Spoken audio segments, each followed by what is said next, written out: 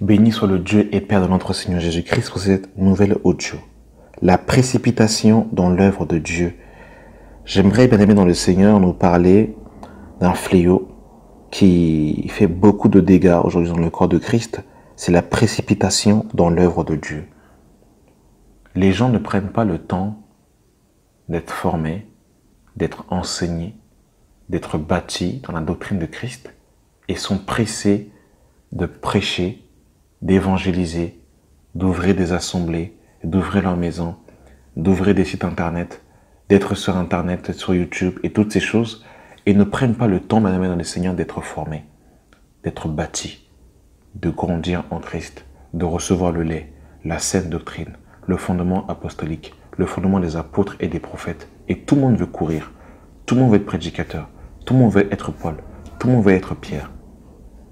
Et c'est un mal qui ronge. Et j'aimerais aujourd'hui parler dans cette audio sans complexe, en visant personne, mais en parlant sur la vérité, parce que malheureusement c'est un phénomène que nous voyons aujourd'hui. Et c'est la précipitation dans l'œuvre de Dieu. Jésus dira à ses apôtres dans Matthieu chapitre 28. Seigneur, sauve-nous.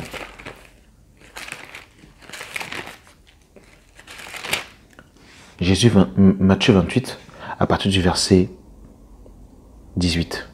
Jésus s'étant approché leur dit, « Tout pouvoir m'a été donné dans le ciel et sur la terre. Allez, faites de toutes les nations les disciples, les baptisons au nom du Père, du Fils et du Saint-Esprit. » Jésus va dire à ses apôtres d'aller et de faire de toutes les nations des disciples.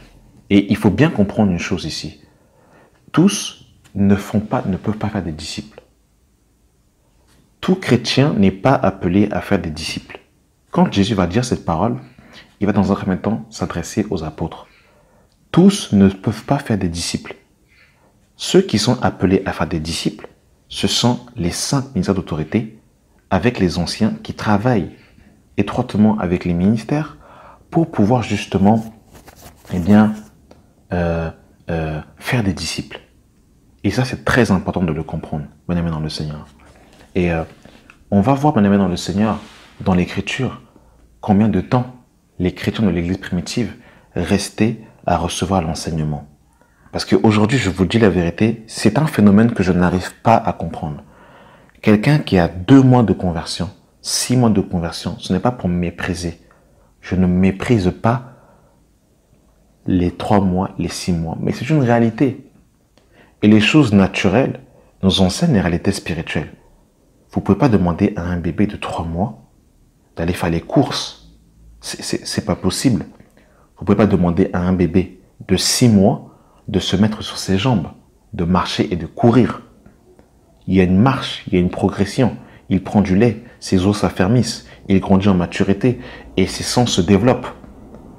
Mais aujourd'hui, dans le corps de Christ, les gens sont tellement précipités à faire l'œuvre et surtout ne connaissent pas leurs limites. Et ça crée beaucoup de dégâts dans le corps. Nous sommes dans Actes des Apôtres. Que Dieu nous aide, que Dieu nous éclaire et que Dieu nous enseigne sa parole pour que véritablement nous puissions être fondés dans la parole de Dieu, dans les Saintes Écritures. Nous sommes dans Acte 18 à partir du verset 9. Le Seigneur dit à Paul en vision pendant la nuit, « Ne crains point, mais parle et ne te tais point, car je suis avec toi et personne ne mettra la main sur toi pour te faire de mal. Parle, car j'ai un peuple nombreux dans cette ville. » Il y demeura 1 an et 6 mois, enseignant parmi les Corinthiens la parole de Dieu. Donc Paul, qui était un apôtre authentique, il faut bien préciser authentique, va rester à Corinthe 1 an et 6 mois. Mais il ne va pas rester 1 an et 6 mois à Corinthe chaque dimanche, ou chaque vendredi, ou chaque mercredi. C'était 1 an et 6 mois qui va rester pendant tous les jours. Et quand on voit dans 1 Corinthiens chapitre 1, par rapport aux Corinthiens, regardez ce que Paul va nous dire dans 1 Corinthiens. 1 Corinthiens chapitre 1, le verset 4. je rends à mon Dieu continuellement des actions de grâce à votre sujet pour la grâce de Dieu qui vous a été accordée en Jésus-Christ. Car en lui, vous avez été comblés de toutes les richesses qui concernent la parole de la connaissance. Le témoignage de Christ ayant été solidement établi parmi vous, de sorte qu'il ne vous manque aucun don.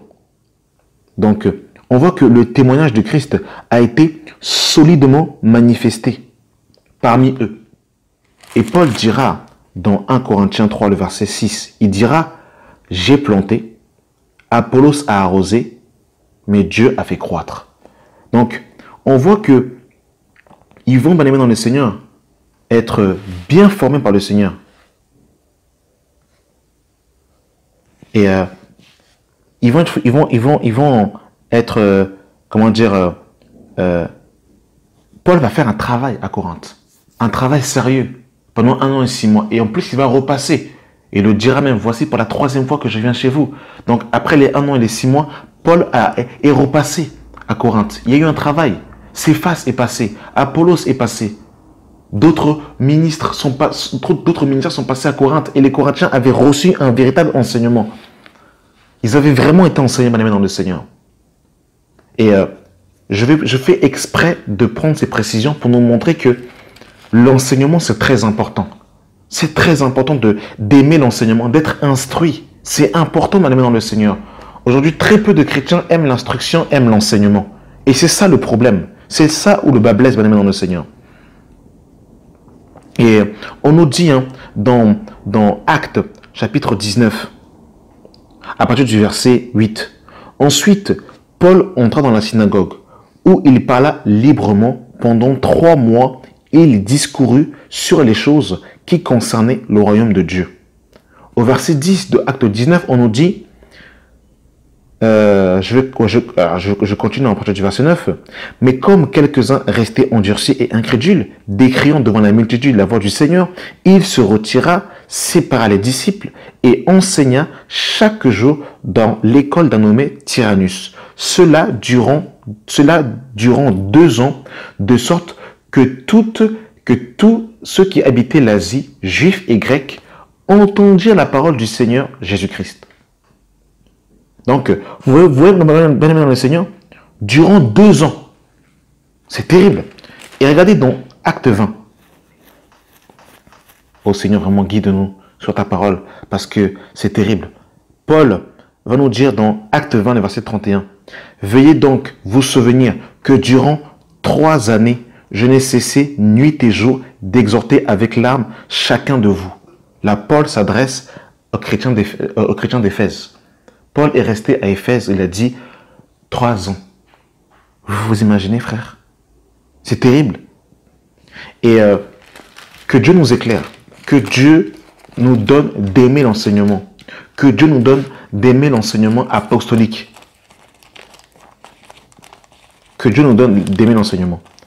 Dans Acte 28, le verset 30, Paul demeura 2 ans entiers dans une maison qu'il avait louée.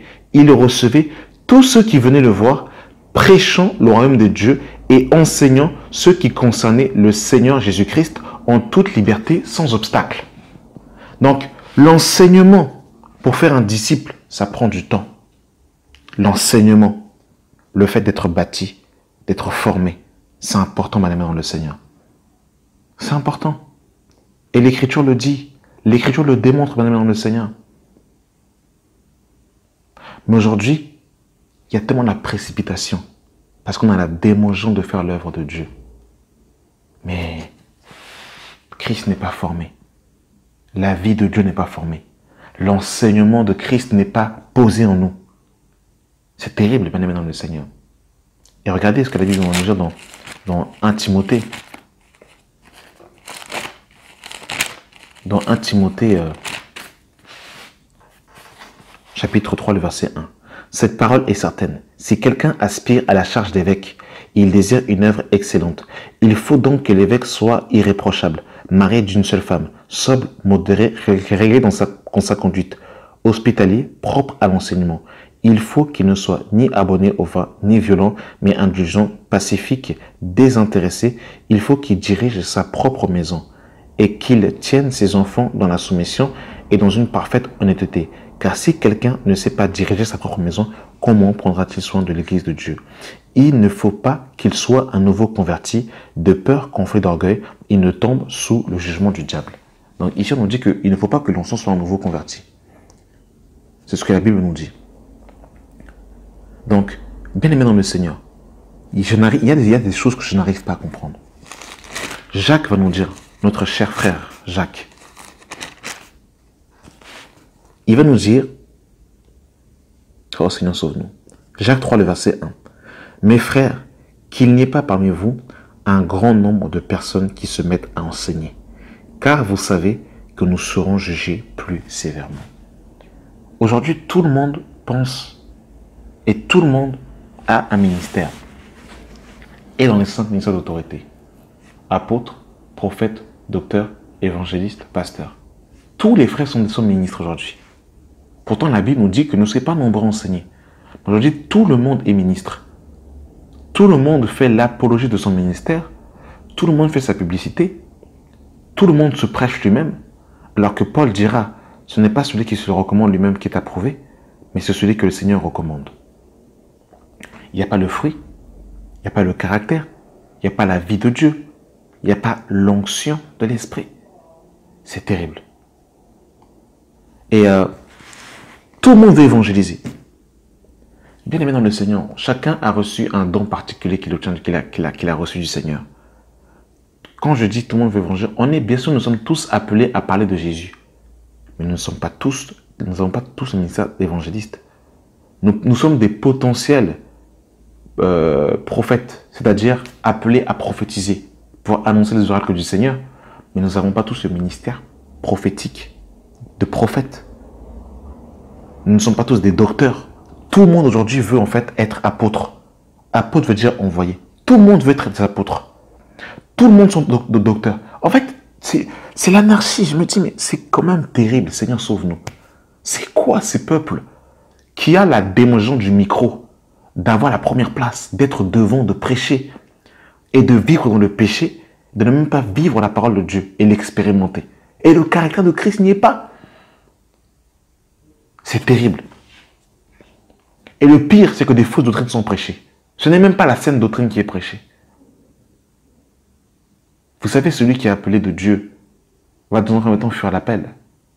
Et quand vous lisez l'Écriture, vous voyez que tous ceux qui ont été appelés de Dieu ont dans un premier temps, eh bien, ils ont voulu un peu décliner l'appel.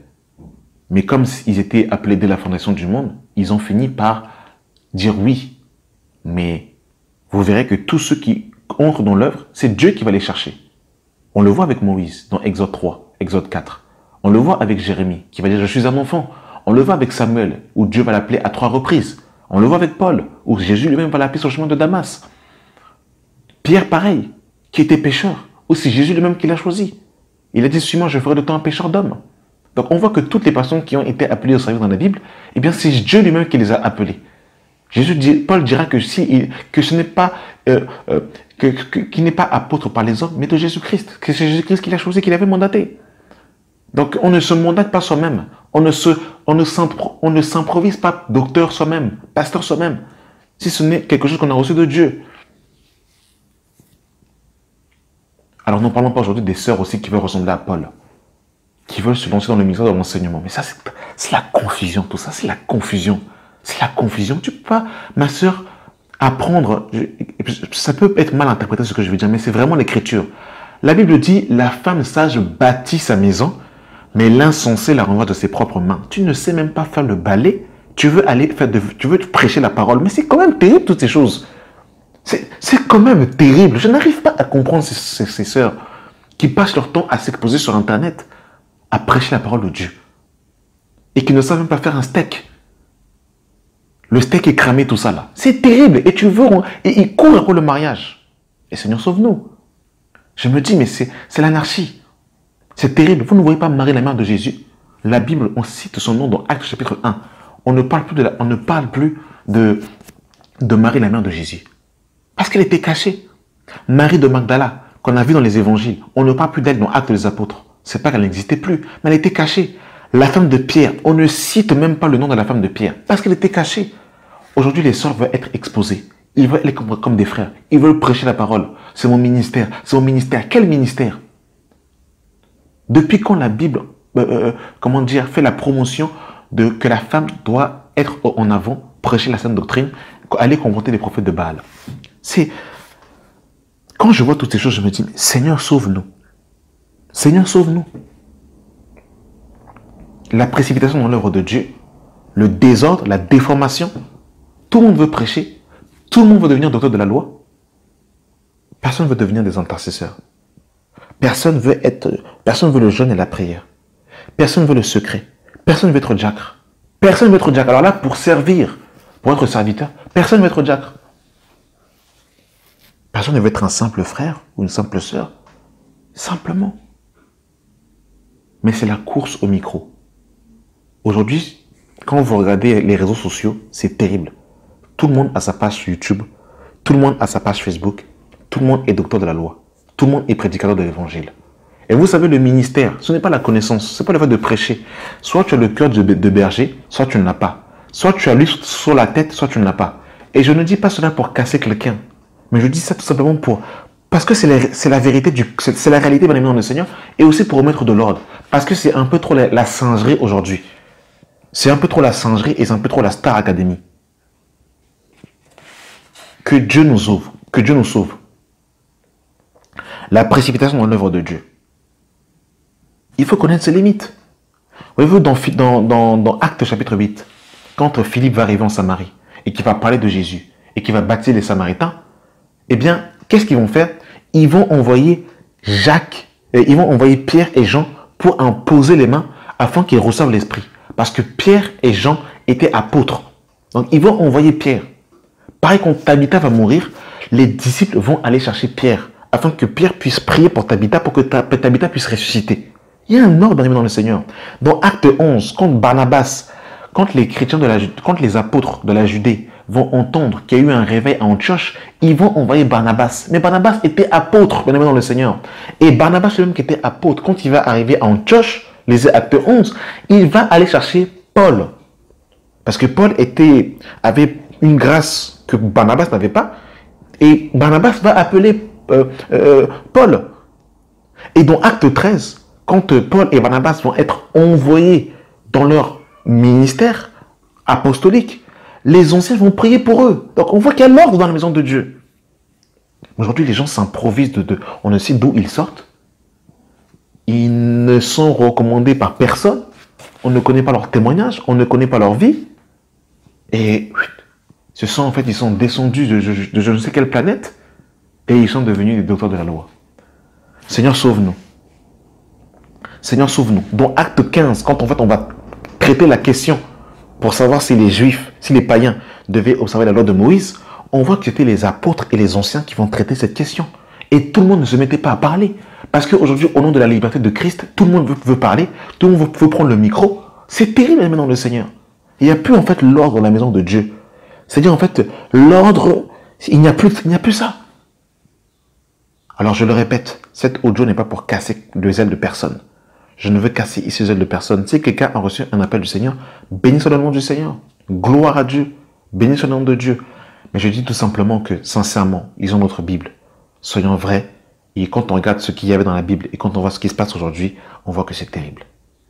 Les gens marchent dans le péché, vivent dans le péché, ils veulent imposer les mains. Les gens sont dans la masturbation, ils veulent aller prêcher la parole de Dieu. Les gens sont dans la pornographie, sont dans le concubinage, ils veulent prêcher dans les trains, dans les métros. Mais ce n'est pas un jeu. La Bible nous dit qu'on n'a pas lutté contre la chair et le sang.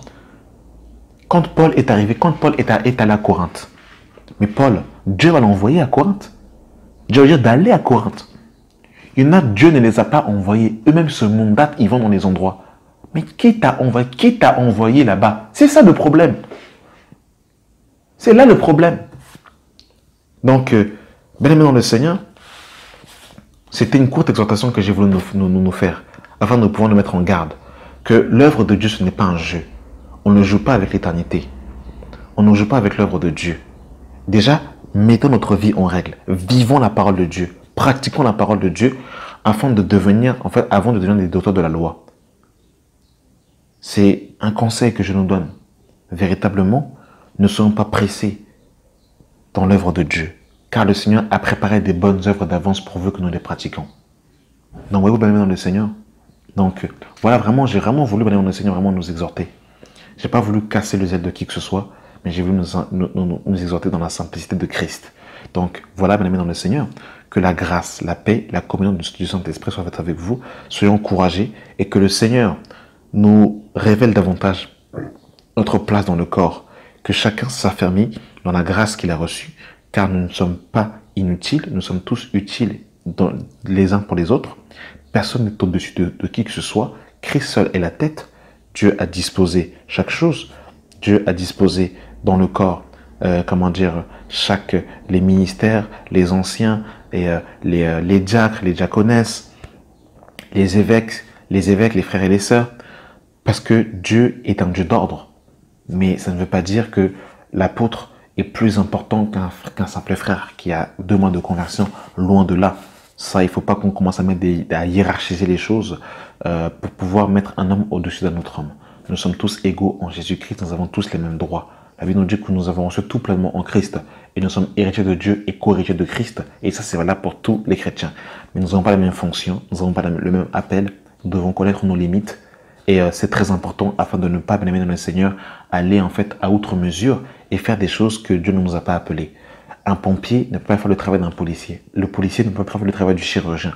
Le chirurgien ne peut pas faire le travail du dentiste. Le dentiste ne peut pas faire le travail de l'avocat. Chacun a un appel bien spécifique que Dieu lui a assigné, lui a attribué. Donc voilà, affermissons-nous dans ce que Dieu nous a donné et ne courons pas après le micro, ne courons pas après le prêcher, parce que c'est pas ça servir Dieu.